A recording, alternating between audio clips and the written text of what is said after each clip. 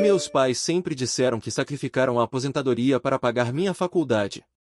Ao organizar seus papéis, encontrei a carta da universidade me parabenizando pela bolsa de estudos integral que eles nunca me contaram que eu ganhei.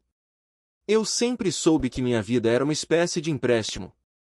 Não um empréstimo de banco, com juros claros e prazos definidos, mas algo muito mais pesado, uma dívida invisível que se acumulava no meu peito a cada sacrifício que meus pais, Valentim e Josefa, faziam questão de me lembrar. A história era sempre a mesma, contada em almoços de domingo, em festas de família, até mesmo quando eu trazia um novo namoro para apresentar. Largamos tudo, nossa aposentadoria, nosso sossego, para você ter a melhor educação. E a melhor educação, no caso, era minha faculdade de engenharia. Um curso caro, numa universidade de prestígio, que eles nunca se cansavam de reforçar o quanto tinha custado. Eu era a prova viva do amor incondicional deles, da abnegação total. E eu me sentia na obrigação de retribuir cada centavo, cada suspiro de cansaço, cada ruga que, na minha cabeça, aparecia no rosto deles por minha causa. Essa gratidão forçada virou o alicerce da minha vida. Eu escolhi empregos que pagassem bem, não necessariamente o que eu amava, para poder ajudar em casa. Contribuía com as contas, pagava o seguro do carro deles, comprava presentes caros em datas especiais. Cada compra, cada pagamento, era um tijolo que eu colocava para tentar saldar essa dívida que parecia infinita. Meus amigos reclamavam que eu nunca tinha tempo para lazer, que eu vivia para trabalhar. Mal sabiam eles que meu trabalho era uma forma de penitência, de tentar aliviar o fardo que eu sentia ter colocado nos ombros dos meus pais. Eu era um bom filho, sempre solícito, sempre presente. Afinal, como eu poderia ser diferente? Eles tinham perdido a aposentadoria por mim. Lembro de uma vez, quando cogitei fazer um intercâmbio. A ideia era passar 6 meses em outro país, aprimorar meu inglês e ter uma experiência de vida diferente. Comentei com Josefa durante o café da manhã, e a reação dela foi imediata. Intercâmbio? E quem vai nos ajudar aqui, meu filho? Achamos que você estava mais focado em nos dar um pouco de conforto agora, depois de tudo o que fizemos. Pensamos que você nos tiraria dessa vida mais cedo, não que ia gastar mais dinheiro viajando. As palavras não eram agressivas, mas o tom de voz, a expressão de decepção no rosto dela, foram o suficiente para me fazer engolir a ideia. Eu me senti um ingrato, um egoísta. O intercâmbio nunca aconteceu. Minhas escolhas pessoais também eram influenciadas por essa pressão. Por anos, namorei uma garota que meus pais adoravam, mas com quem eu não tinha uma conexão profunda. Ela era adequada, tinha uma boa família, um futuro estável. Meus pais faziam questão de reforçar como ela seria uma boa nora, como cuidaria bem de nós no futuro. A pressão para um casamento era constante. Eu sentia que se eu os desagradasse, se eu escolhesse alguém que eles não aprovassem, estaria jogando no lixo todo o sacrifício que eles haviam feito por mim. Era um peso enorme, uma mochila de pedras que eu carregava para todo lado, um fardo que eu acreditava ser justo, afinal, a dívida era minha e de mais ninguém. Eu realmente acreditava nisso com toda a minha alma. Meu único objetivo de vida era fazer com que eles tivessem a melhor velhice possível, mesmo que a minha própria felicidade fosse deixada em segundo plano. A rotina de trabalhar e me preocupar com o bem-estar dos meus pais era tão internalizada que eu quase não percebia o quanto isso pesava. Até que um sábado chuvoso, a vida me pregou uma peça, ou talvez, me jogou um balde de água fria na cara para me despertar. Valentim e Josefa estavam arrumando o sótão, um amontoado de caixas empoeiradas, cheias de memórias e tralhas. Eles pediram minha ajuda para descer algumas caixas mais pesadas, e eu, como sempre, prontamente atendi. Enquanto descia uma pilha de coisas velhas, uma pasta de arquivo marrom, meio escondida debaixo de alguns cobertores antigos, escorregou e caiu, abrindo-se no chão. Papéis se espalharam, e um deles, por algum motivo, capturou meu olhar de imediato. Era um envelope grande, com o logotipo da universidade. Meu coração deu um pulo. Pensei que talvez fosse alguma correspondência antiga sobre minha formatura, ou talvez algum comprovante de pagamento que eles haviam guardado. Curioso, abaixei para pegar os papéis. Quando meus olhos se fixaram no conteúdo daquele envelope, o mundo ao meu redor pareceu em câmera lenta. Uma carta. Uma carta oficial, com meu nome completo, o nome do curso e, bem no centro, em negrito, a frase que fez meu estômago revirar: parabenizamos o estudante Vicente, pela concessão da Bolsa de Estudos Integral. Integral. Não parcial, não um desconto. Integral. Meu corpo gelou. Senti o sangue fugir do meu rosto. A data da carta? De antes mesmo de eu começar o primeiro semestre. Antes de todas as conversas sobre sacrifícios, antes de todas as vezes que eles me lembraram do quanto a faculdade era cara, antes de todas as promessas de que a aposentadoria deles tinha ido embora por minha causa. Meus pais, que estavam no topo da escada do sótão, desceram ao me ver paralisado, a carta nas mãos. O sorriso de Josefa se desfez instantaneamente. Valentim engoliu em seco. O que é isso, Vicente? Perguntou Josefa, a voz estranhamente baixa. Eu levantei a carta, minhas mãos tremendo. Isso? Isso aqui, minha voz falhou, isso é uma carta da universidade. Diz que eu ganhei uma bolsa de estudos integral. Sempre. O silêncio que se seguiu foi ensurdecedor. Meus pais trocaram um olhar rápido, um olhar cúmplice que eu nunca tinha notado antes, cheio de uma culpa que agora se revelava óbvia. Valentim foi o primeiro a reagir, com uma tentativa desesperada de minimização. Ah, isso? Isso é só uma formalidade, meu filho. Eles mandam isso para todo mundo. Aquela bolsa não cobria tudo, sabe? Tivemos que completar, e foi por pouco que conseguimos. Você sabe como as coisas são caras. A mentira era tão descarada que me senti insultado. Valentim, está escrito integral. Eram 100% cobertos. Não tem que completar quando é integral, eu respondi, minha voz subindo, o choque se transformando em raiva. Josefa se aproximou, colocando a mão no meu braço, numa tentativa de me acalmar, mas eu a afastei. Vocês me fizeram acreditar por anos que sacrificaram a aposentadoria de vocês. Por anos eu me senti culpado, me matei de trabalhar para tentar pagar uma dívida que não existia. Por quê, mãe? Por quê? Josefa começou a chorar, um choro teatral, de culpa, misturado com uma dose de autocomiseração. Fizemos isso para o seu bem, Vicente. Para você dar valor. Para você se esforçar. Para não virar um irresponsável que não dá bola para as coisas. Valentim assentiu, tentando reforçar a narrativa. É verdade, filho. A gente queria que você tivesse foco. Se soubesse da bolsa, talvez não tivesse se dedicado tanto, não teria terminado o curso com tanto mérito. Foi uma forma de te motivar. A verdade me atingiu como um raio. Não era sobre me motivar, era sobre controle. Sobre me manter amarrado a eles, me fazendo sentir em dívida, dependente. A raiva me consumiu. Levantei-me, a carta ainda amassada na minha mão. Eu não posso acreditar nisso. Eu não posso acreditar no que vocês fizeram comigo. Saí da casa, batendo a porta, a imagem da carta de bolsa de estudos integral queimando em minha mente. Aquele era o começo do fim da minha ingenuidade. Eu dirigi sem rumo por horas. Minha mente era um redemoinho de pensamentos e emoções. A raiva fervia, mas por baixo dela, uma dor profunda, quase física, se instalava. Não era apenas a mentira da bolsa, era o peso de todos os anos que eu havia carregado, todas as escolhas que eu havia feito, todas as oportunidades que eu havia sacrificado, tudo baseado numa farsa. A imagem da carta, clara e inquestionável, se repetia na minha cabeça. Eles me manipularam, me mantiveram sob controle usando a culpa como arma. Eu me senti traído, idiota e, acima de tudo, livre de uma forma aterrorizante. Quando a noite caiu, parei o carro em frente a um hotel de beira de estrada. Eu não conseguia voltar para a casa deles. A ideia de pisar naquele lugar, de ver os rostos deles, era insuportável. Liguei para o meu melhor amigo, Daniel. Ele me conhece desde a infância, sabe das minhas lutas, embora eu nunca tivesse compartilhado o verdadeiro fardo da dívida da faculdade. Com a voz embargada, contei a ele o que havia acontecido. Daniel ouviu em silêncio, sem me interromper.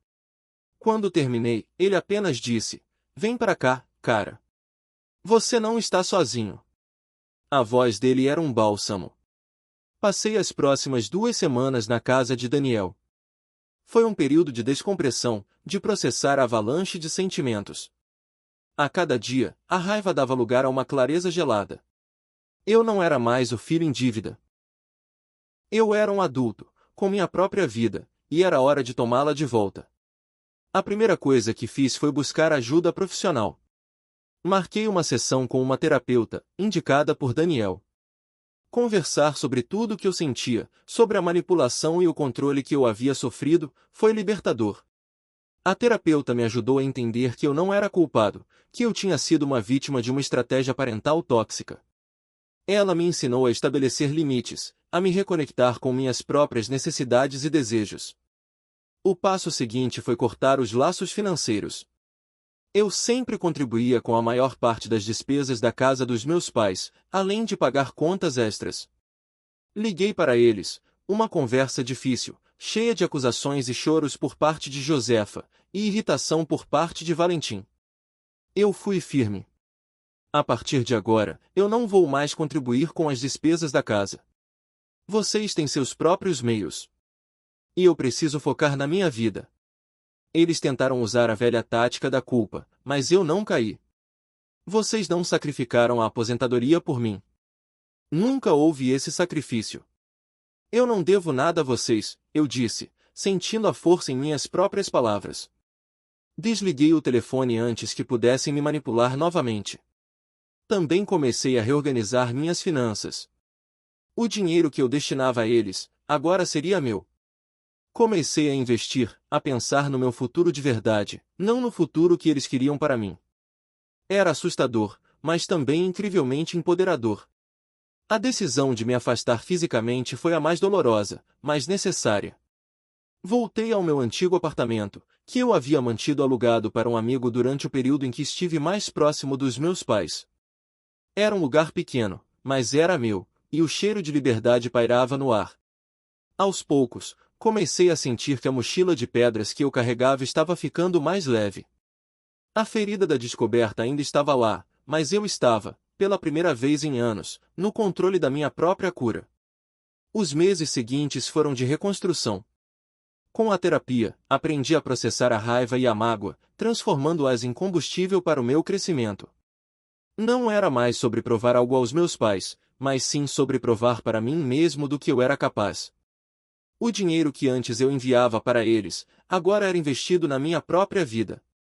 Comecei um curso de pós-graduação na área que realmente me interessava dentro da engenharia, energias renováveis. Era um campo novo, promissor, e a paixão por aprender de novo, sem o peso da expectativa alheia, reacendeu uma chama que eu nem sabia que tinha apagado. Meu desempenho no trabalho melhorou exponencialmente.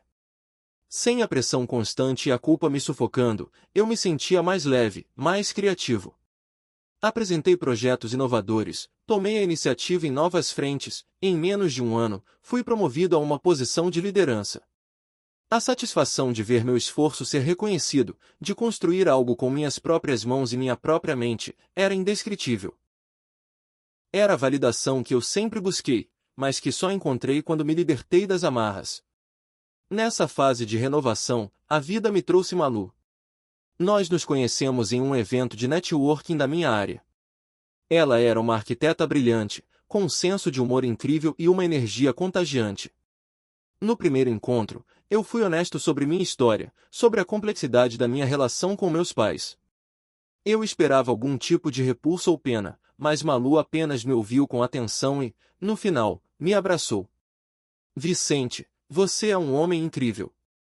Sua resiliência é inspiradora. E o que eles fizeram não define quem você é. A aceitação dela, sem julgamentos, foi um divisor de águas. Com Malu, construí um relacionamento baseado em confiança e apoio mútuo. Não havia espaço para manipulações ou culpas. Nossas conversas eram leves, mas profundas. Compartilhávamos sonhos, medos e a alegria de construir um futuro juntos. Começamos a morar juntos em um apartamento que compramos, um lugar com vista para o parque, cheio de luz natural e plantas. Era um lar de verdade, um porto seguro onde eu podia ser eu mesmo, sem máscaras ou fardos invisíveis. Malu me incentivava a perseguir meus hobbies, a viajar, a desfrutar da vida. Eu redescobri a paixão por cozinhar, por caminhadas na natureza, por longas conversas com amigos. Meus pais, Valentim e Josefa, tentaram se reaproximar algumas vezes, com mensagens de texto esporádicas ou telefonemas carregados de lamentos. Eu respondi educadamente, mas mantinha uma distância saudável. A ferida ainda era recente, e eu sabia que precisava de tempo para solidificar minha nova vida, para garantir que as velhas dinâmicas de controle não voltassem a me assombrar. Eu estava em paz, mais feliz do que jamais havia sido. A vida, finalmente, parecia estar no lugar certo, e eu era o piloto, sem a sombra de uma dívida imaginária me puxando para trás. Os anos passaram como um rio, levando consigo as mágoas mais agudas e transformando a ferida em cicatriz. Malu e eu havíamos construído uma vida linda. Nossos filhos, um menino e uma menina, enchiam a casa de risadas e um amor que eu nunca imaginei ser possível. Meu trabalho prosperava, e a empresa de energias renováveis onde eu era sócio estava expandindo, tornando-me financeiramente mais do que confortável. A vida era plena, leve, e o passado distante, quase uma história que eu contava a mim mesmo para lembrar o quanto havia evoluído. Ainda assim, de vez em quando, um pensamento vago sobre Valentim e Josefa cruzava minha mente. Eu sabia, por um primo distante que mantinha contato com eles, que a vida não havia sido gentil. Eles sempre gastaram muito, sem planejamento, e a aposentadoria que eles diziam ter sacrificado por mim, na verdade, era insuficiente para cobrir o estilo de vida que eles levavam. Eu tentava não pensar muito nisso, mas a notícia ocasional de que eles não estavam bem financeiramente sempre me causava um nó no estômago. Não era culpa, mas sim um resquício da complexidade de nossa relação. Um dia, enquanto almoçava com Daniel, meu amigo de longa data, o assunto veio à tona de forma inesperada. Daniel, que também morava perto dos meus pais, me contou que os vira na rua, e eles pareciam diferentes. Mais velhos, mais frágeis. Eles estão em um asilo agora, Vicente. Um lugar simples, de caridade, ele disse, a voz cheia de uma estranha mistura de pena e incômodo. Daniel sabia de toda a história da bolsa e do meu afastamento, mas mesmo assim, a notícia o tocou. Ele continuou, parece que venderam a casa, gastaram o pouco que tinham e agora dependem da boa vontade dos outros. A verdade é que eles não têm para onde ir. As palavras de Daniel ecoaram na minha mente por dias. Um asilo de caridade. Meus pais. As pessoas que, independentemente de seus erros, me deram a vida. Eu tinha tudo que sempre sonhei: uma família feliz, estabilidade, um propósito. E eles estavam em uma situação tão vulnerável. O dilema era pesado. Devo me envolver? Devo ajudá-los? O ressentimento ainda estava ali, uma camada fina, mas presente. A raiva da manipulação me impedia de simplesmente ir até lá e ser o filho perfeito que eles sempre quiseram. Mas a compaixão, algo que Malu me ensinou a cultivar, também estava presente. Conversei com Malu. Ela me ouviu com a serenidade de sempre. Vicente, você não deve nada a eles. Você sabe disso. Mas você também não é a pessoa que eles tentaram moldar. Você é bom, generoso.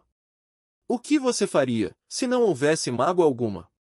A pergunta dela me fez refletir profundamente. Eu não queria que a amargura do passado definisse minhas ações no presente. Eu não queria ser como eles, mesquinho ou manipulador.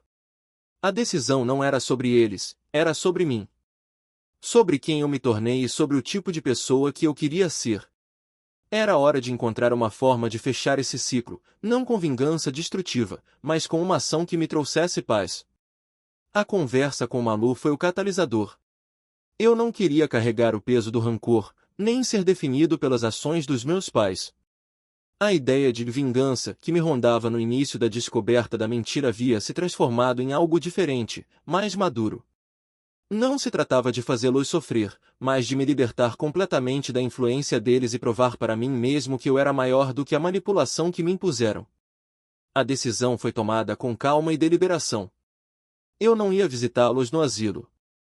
Não haveria reencontro dramático, nem acusações, nem a possibilidade de reviver velhas dores. O que eu faria seria um gesto de compaixão, mas de uma forma que preservasse minha paz e mantivesse a distância necessária.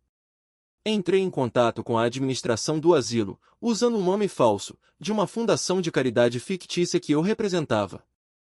Expliquei que gostaríamos de fazer uma doação para os residentes mais necessitados, sem que a origem da doação fosse revelada a eles. Doamos uma quantia substancial, o suficiente para garantir que Valentim e Josefa tivessem um conforto básico nos anos que lhes restavam. Não era para enriquecê-los, mas para que não passassem por privações extremas. O dinheiro pagaria por melhores refeições, talvez uma pequena reforma no quarto, ou até mesmo algumas atividades extras que o asilo não poderia oferecer com seus próprios recursos. Eu deixei claro que a discrição era fundamental. Não queria reconhecimento, nem que eles soubessem que a ajuda vinha de mim. Minha vingança não seria barulhenta, não seria um confronto. Seria silenciosa, uma demonstração de que, apesar de tudo, eu escolhi o caminho da generosidade e da liberdade, não o da amargura.